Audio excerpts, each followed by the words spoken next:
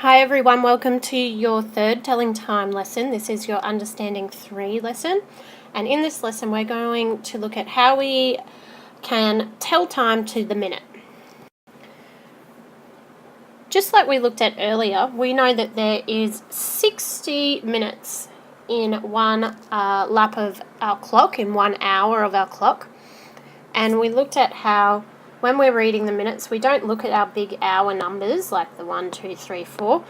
We have to think about what the minutes are in between those. So we know that in between each number is 5 minutes. And you can see on this clock here that it counts around every single minute on the clock to up to 60. So when we look at our clocks like this, we've talked about how it's really important if we just remember, if we count round in fives, that's the quickest way to find what minute we're up to. Okay, so if we look up at our top right hand corner here, I've drawn in 2 lines and also the 2 dots to just help us remember that when we are reading time, we read the hour first, then there's the 2 dots to separate, and then we read the minutes. So having a look at our example clock here, just like we've done before, we find which one is the hour hand, the shorter, thicker one, and it's pointing just past the 3, but it's not at the 4 yet, so the hour is 3. And then we need to find the minute hand and see where it is pointing. Now if I highlight, I can see that the minute hand is pointing today right to this little minute there, that one exactly. That's exactly where it's pointing. Now for the minute hand, we don't read the big numbers. We've got to think about all the 60 minutes that are behind. So just like before in our previous lessons, we know the quickest way to get to the minute is not to sit there and count every single one around, because that would take us quite a while. So instead, we use these big numbers to help us count round in lots of 5. So starting at the 12, we count round to the 1, that is 5 minutes. Now we go from the 1 to the 2, another 5, we're at 10 minutes. Now I can see that my minute hand is pointing at one of the minutes between the 2 and the 3.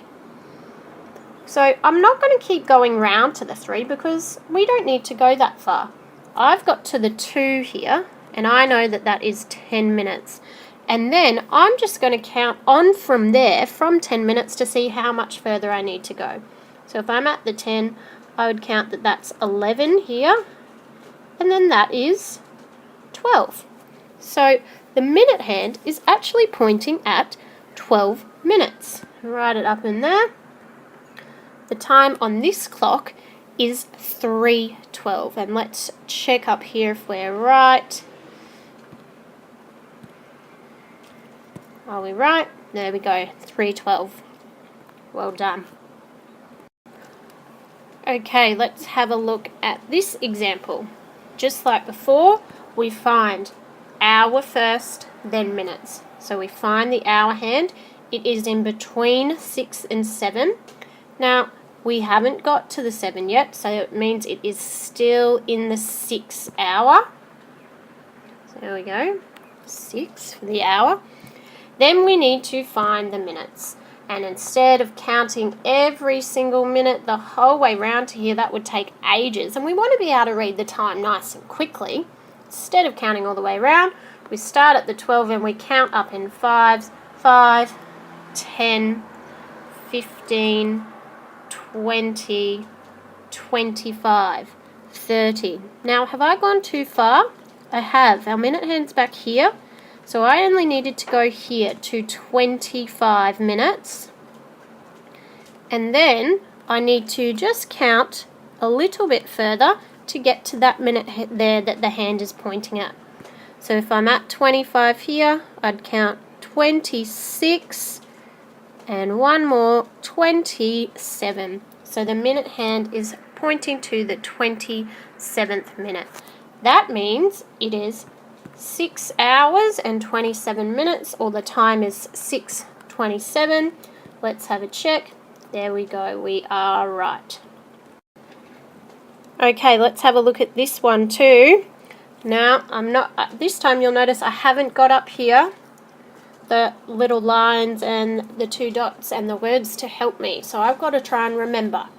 What do I read first, the hour or the minutes? That's right, the hour. So I'm going to find the shorter, thicker hand. Here it is. And it is pointing here. Now, is it at the 8 yet?